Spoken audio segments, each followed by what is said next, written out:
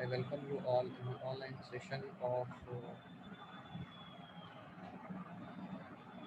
hope you all are fine and having good health. First, we start the session with some verses of Holy Quran.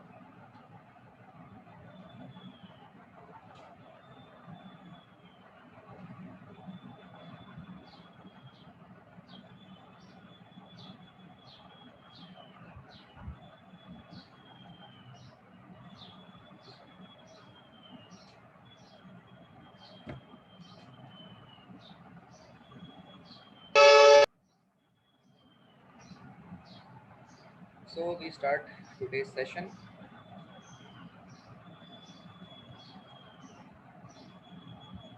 In previous session, we are discussing about the frequency changer substations, and we discussed all the kind of possible aspects of this frequency changer substations. Then moving towards the part number 5, converting substations.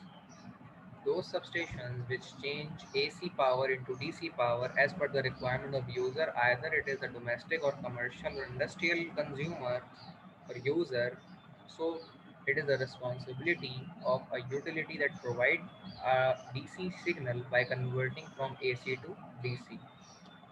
Why it convert from AC to DC? Because from generation, transmission, and till towards the utilization and providing the electricity to the consumer end, either it is a domestic, commercial, or industrial tariff.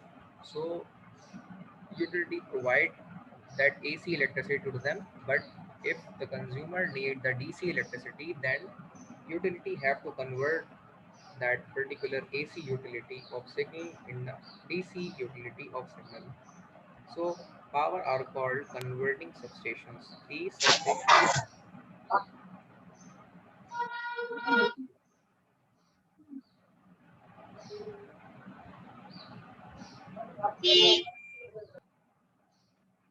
these substations receive AC power and convert it into DC power with suitable apparatus.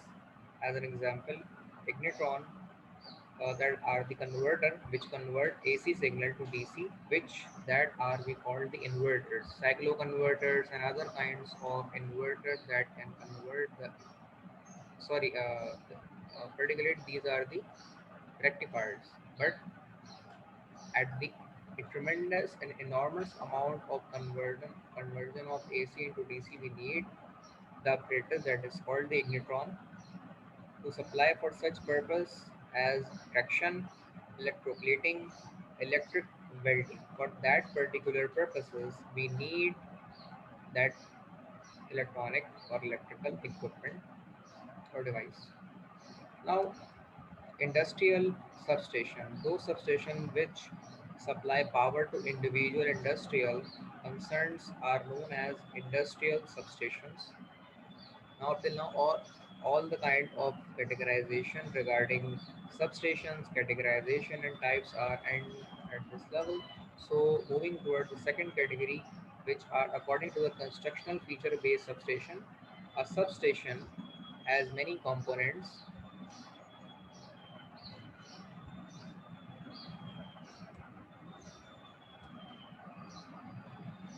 A substation has many components, as an example, circuit breaker base, switches, fuses, instruments, etc. kind of these things which must be housed properly to ensure continuous and reliable service. According to the constructional feature, the substations are classified as indoor substations, outdoor substations, underground substations, and pole mounted substations.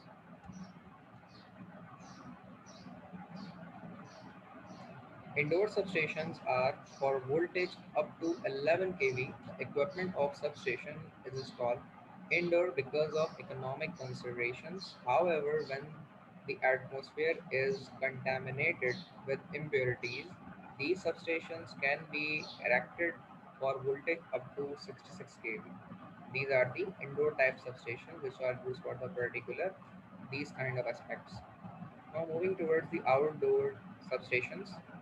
For voltage beyond 66 केवी, अगर आपको उससे ऊपर चाहिए, equipment is invariably install outdoor, तो फिर आप उसको बाहर की जानब लगाते हैं बनस्बत इससे अंदर लगाने के। It is because of such voltage levels, the clearances between conductors and the space required for switches, circuit breakers, and other equipment becomes so great that it is not economical to install the equipment indoor. क्योंकि ये बहुत heavy duty, size में बड़े और rating wise बहुत ज़्यादा होते हैं। और सबसे अहम बात कि जब हाई वोल्टेज की तरफ आप, क्योंकि हमें 66 केवी के बियॉन्ड जाना है, तो सब स्टेशन जब आप इंस्टॉल करेंगे तो ये आप जानते हैं कि जितने ज़्यादा केवी लेवल में बढ़ते हैं आपको उससे सेपरेशन ऑफ डिस्टेंस रखनी पड़ती है।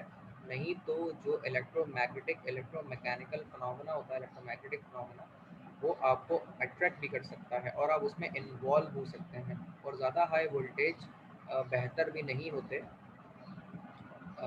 यूज़र और काम करने वालों के लिए। उन्हें करीब होते हैं कि आप उनके बहुत ज़्यादा करीब चले जाएँ। सब स्टेशन में भी अच्छा खासा एक फासला रखना पड़ता है सब स्टेशन और हाई वोल्टेज के भी रेटिंग ऑफ द इक्विपमेंट्स की जानिब से। इसीलिए इसको due to heavy duty equipment आप और इकोनॉमिकल एस्पेक्ट आप इसे बाहर की जानिब इंस्टॉल करते हैं बनस्बत अंदर की जानिब के। अंडरग्राउंड सबस्टेशंस इन क्विकली पॉपुलेटेड एरियाज, वो एरियाज जो क्विकली पॉपुलेटेड होते हैं और space available for equipment and building is limited, और जहाँ पर बहुत कंजेस्टेड एरियाज होते हैं, आपके पास उतना स्पेस अवेलेबल नहीं होता। And the cost of land is high, या और जहाँ पे जो ज़मीन की कीमत है वो भी हाई होती है, क्योंकि जहाँ पर आप सब स्टेशन ही लगाएंगे वहाँ पे आपको अच्छा खासा एक 90 90 गज तक की तो जगह चाहिए होगी, या तो पास जगह हो तो सब स्टेशन बड़ा होता है तो फिर 120 गज से भी ज़्यादा बड़ी जगह चाहिए होती है। तो फिर जहाँ पर ज़मीन की कॉस्ट बहुत ज़्यादा होती है, तो under such situations the substation is created underground, तो फिर ऐसी जगहों पर आप सबस्टेशन अंडरग्राउंड इंस्टॉल करते हैं। लेकिन इसकी तरह की जो एग्जांपल है वो काफ़ी हद तक ना होने के बराबर है, काफ़ी हद तक कम है। The reader may find further discussion on underground substation is article 25 clause 6 के अंदर आपको इसके मिलेंगे। अच्छा, इनके भी स्टैंडर्डाइजेशन होते हैं कि आप कहाँ बना सकते हैं, कहाँ होनी चाहिए वगैरह वगैरह, तो उसके मुताबिक आप इसको इंस्टॉल करते हैं। Pole mounted substations. This is an outdoor substation with equipment installed overhead on H pole of four pole structure। आपने देखा होगा कि ये इसका H पोल बना हुआ होता है, मतलब वो दो पोल के ऊपर जो पीएमटी रखी होती है उसे पोल माउंटेड सबस्टेशन कहा जाता है।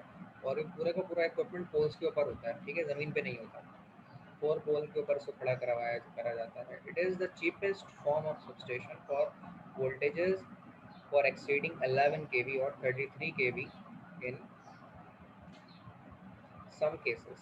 Electric power is almost distributed in localities through such substations. For complete discussion on pole-mounted substation, the reader may refer the article 25 clause 5 के अंदर आपको इसके स्टैंडर्डाइजेशन और इसके रूल्स मिलेंगे कि आप इसे कहाँ इंस्टॉल कर सकते हैं, स्पेसिंग कितनी होनी चाहिए, कंडक्टर कितना मोटा होना चाहिए और कहाँ रेजिडेंशियल एरिया नहीं होने चाहिए, और इसके फर्दर सब क्लॉज में जो सेफ्टी रिक्वायरमेंट है वो सब भी उसमें लिखी हुई होती है।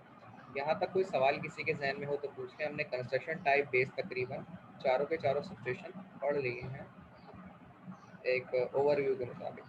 सबस्टेशन जो डिस्ट्रीब्यूशन सबस्टेशन अगर हम यहाँ पे डिस्कस करें तो ये थोड़ा पिक्चर से बाहर निकल रहा है, तो हम इसे थोड़ा देख लें।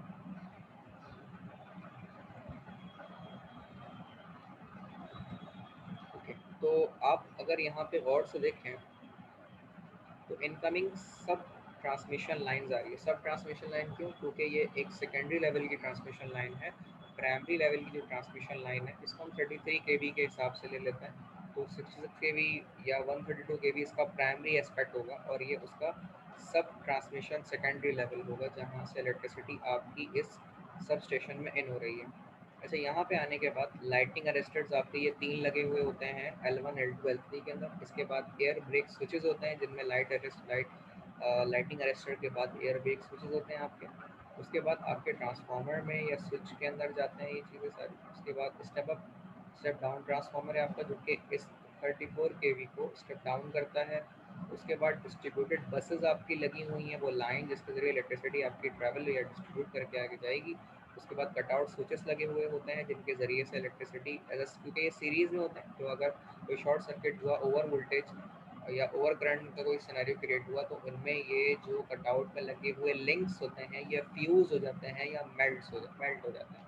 तो ये कटआउट स्विचेस लगे होते हैं। उसके बाद जो है 134 केवी को स्टेप डाउन करके 7.2 केवी में ट्रांसफॉर्म किया जाता है आउटपुट में, और आउट गोइंग डिस्ट्रीब्यूशन लाइन में ऐसे ट्रैवल करवा दिया जाता है। ये पर्टिकुलर रिक्वायरमेंट है कि उसके मुताबिक किया जाता है। कुछ चीज़ें रह गई जो कि एक ऑयल सर्किट ब्रेकर है आपका, जिसके ज़रिए से जा रही है, ट्रांसफार्मर ही लगा हुआ है, और उससे पहले ऑयल सर्किट ब्रेकर है जो अभी इससे पहले हमने लेक्चर में डिस्कस किया था लो वोल्टेज और मीडियम वोल्टेज सर्किट ब्रेकर में। तो ये मीडियम वोल्टेज के अंदर जो सर्किट ब्रेकर लगाया जाता है ये आपका ऑयल सर्किट ब्रेकर होता है, और आपके जो मीडियम वोल्टेज है उसे इंटरप्ट करता है। उसके बाद जो है वोल्टेज रेगुलेटर्स आपके लगे हुए होते हैं जो कि ट्रांसफार्मर के बाद हैं, ये वोल्टेज को आपके रेगुलेट करता है। मेटल प्लेट स्विच गियर्स लगे हुए होते हैं, ठीक है, ये आपके कटआउट स्विच के साथ ही लगे हुए होते हैं। उसके बाद कंट्रोल हाउस होता है, इनमें फर्दर आपका सर्किट ब्रेकर होता है और स्विच यार्ड इक्विपमेंट होता है इसमें, जो कि मददगार साबित होता है आउटगोइंग लाइन तक इलेक्ट्रिसिटी को फर्दर प्रोवाइड करने में। तो ये पूरी स्कीम होती है जो कि प्रोटेक्शन स्कीम के तौर पे सीरीज़ वाइज लगी हुई है, जो आपके इलेक्ट्रिसिटी को प्रॉपर तरीके से सेफ्टी के तौर पे इनकमिंग से आउटगोइंग की तरफ डिस्ट्रीब्यूट करते हुए लाइंस की तरफ लेके जा रही है। यहाँ तक कोई डिफ़िकल्टी किसी के जहन में हो तो पूछ लीजिए, मैं आपको गाइड कर दूँगा। कोई सवाल किसी को हो तो पूछ लें, नहीं तो हम यहाँ से आगे चलते हैं।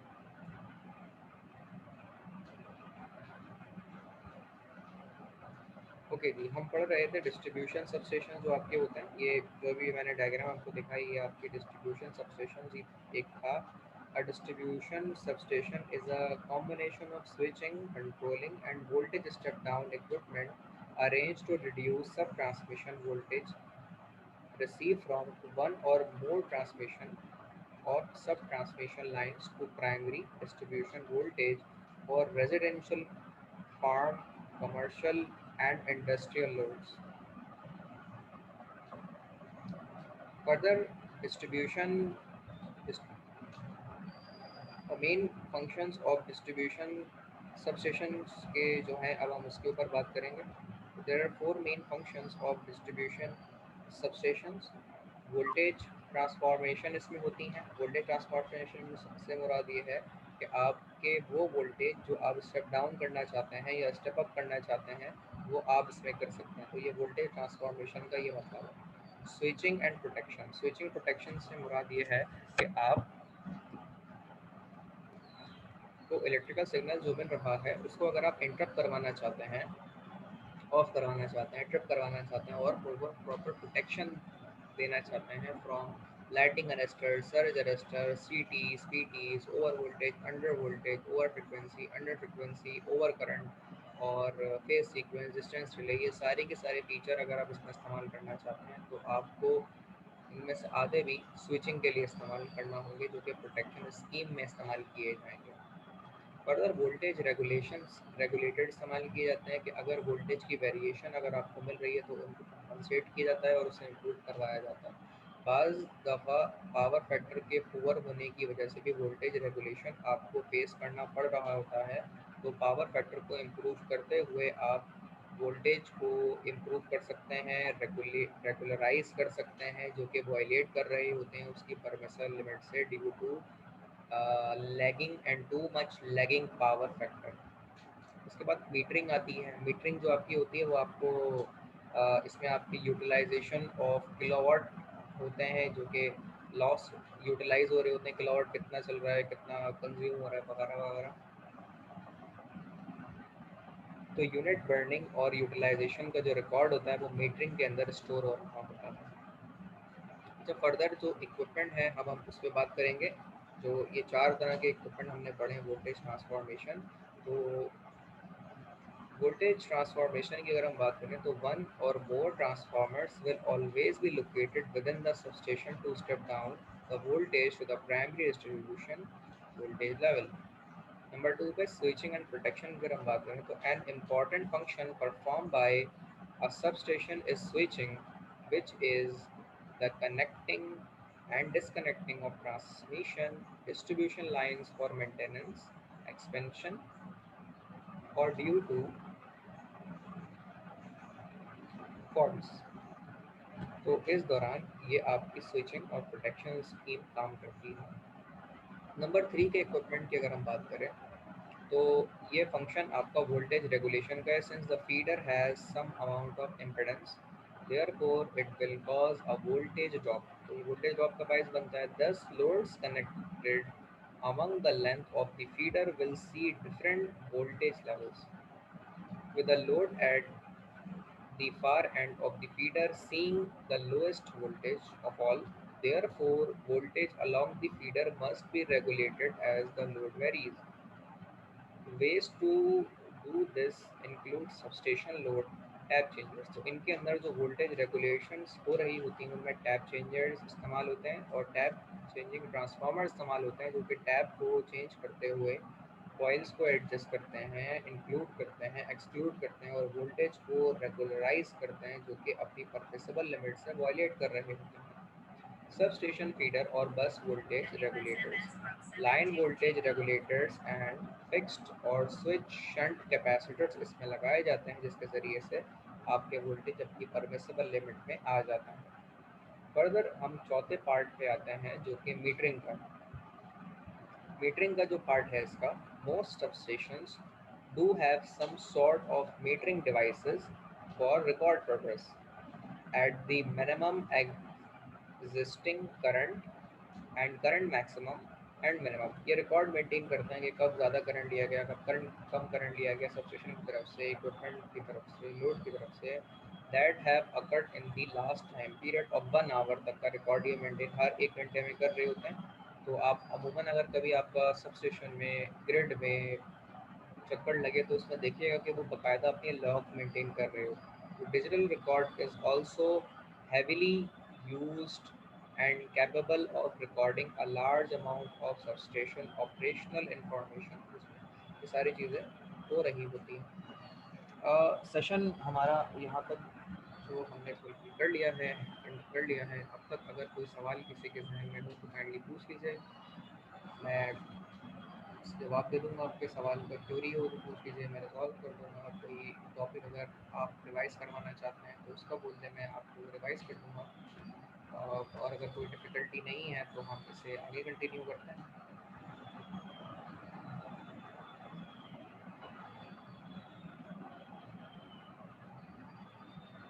जी जनाब, यहाँ तक कोई डिफ़िकल्टी किसी के जहन में हो तो पूछ लीजिए, मैं आपको के लिए ये रिपीट कर दूंगा। ये हमारा आज का लास्ट टॉपिक है जो कि सबस्टेशन लोकेशन के बिहाफ पे हम बताते हैं कि सबस्टेशन को लोकेट कहाँ पे करना चाहिए। इसके बाद इस सेशन को इन 7 पॉइंट्स के बाद हम एंड कर देंगे। तो इसे कंटिन्यू कर। The location of substation is dictated bye a voltage levels. सबसे पहले याद रखें कि वोल्टेज लेवल के बुनियाद के ऊपर ही हम सबस्टेशन की प्लेसमेंट करते हैं।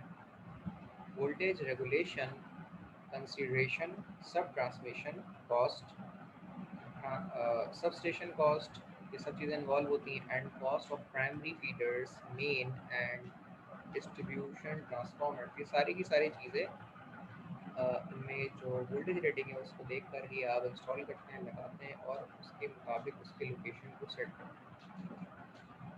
फर्दर फीचर्स को अगर हम डिस्कस करें, नंबर 1 है locate the substation as much as feasible cost close to the load center. Load center के करीब होना चाहिए it of its service area so that the addition of load times distance from the substation is minimum and voltage drop also be minimized. Locate the substation such that proper voltage regulation can be obtainable without taking extensive measures. Select the substation location such that it provides proper access for incoming sub-transmission lines and outgoing primary feeders and also allows for future growth and extension as well. The selected substation location should provide enough space for the future substation expansion। अगर और अच्छा ये space भी देखना ज़रूरी है जहाँ पर आप उसे लोकेशन वाइज सेट कर रहे हैं, लगा रहे हैं, वहाँ पे इतना प्रोविज़न होना चाहिए कि अगर आपने फ्यूचर एक्सटेंशन करनी पड़ जाए तो आप उसको भी एक्सटेंड कर सकें। वहाँ पर इतनी जगह अवेलेबल होनी ज़रूरी है। जैसे कि आपकी लकी सेमेंट को अगर आप देखें तो उसके यूनिट जिस तरह एक्सटेंड हो रहे हैं, यूनिट 1 2 3 4 फर्दर जो एक्सटेंशन हो रही है उसके मुताबिक उनके सब स्टेशन में कैपेबिलिटी होनी चाहिए। वरना अगर आपने extension of the area localization वहाँ पे प्रॉपर तरीके से जस्टिफाई नहीं किया तो होगा ये कि एक नए यूनिट के लिए आपको अलग से एक नया सब स्टेशन बनाना पड़ जाएगा, due to the lacking of your area, your poor selectivity of your equipment and as well as the area of location. तो ये बहुत एक important है. The selected substation location should not be opposed by land use regulations, local ordinances and neighbors. और ये चीज़ हमेशा याद रखें कि जहाँ पे भी आप ज़मीन खरीद रहे हैं, ले रहे हैं, वहाँ के रेगुलेशंस को मद्देनजर रखते हुए ये काम करना है आपने, और उसकी वायलेशन या कोई अपोज किस्म का एस्पेक्ट ना आपको फेस करना पड़े। लोकल ऑर्डिनेंस वहाँ के जो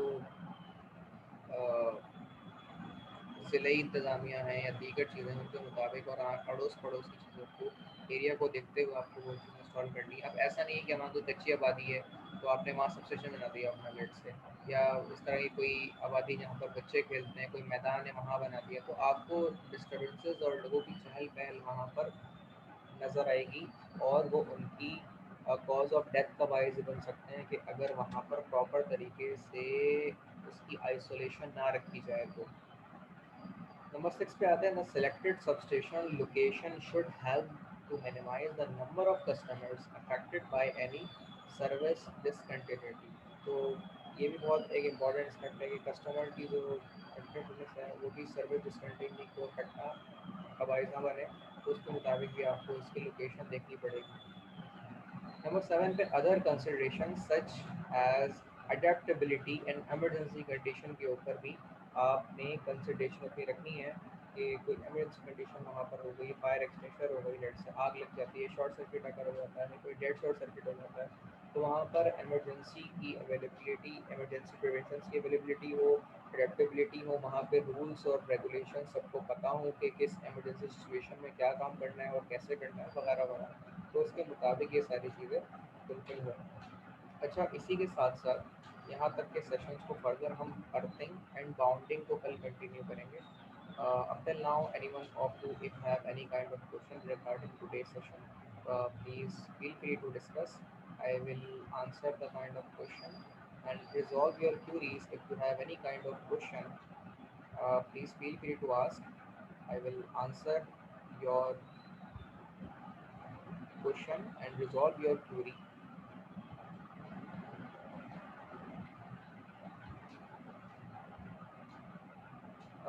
So it's time to end today's session. We again continue the session by tomorrow's class after 3 p.m. So stay tuned and wait for the link at 3 p.m. So the session end here. Allah Hafiz.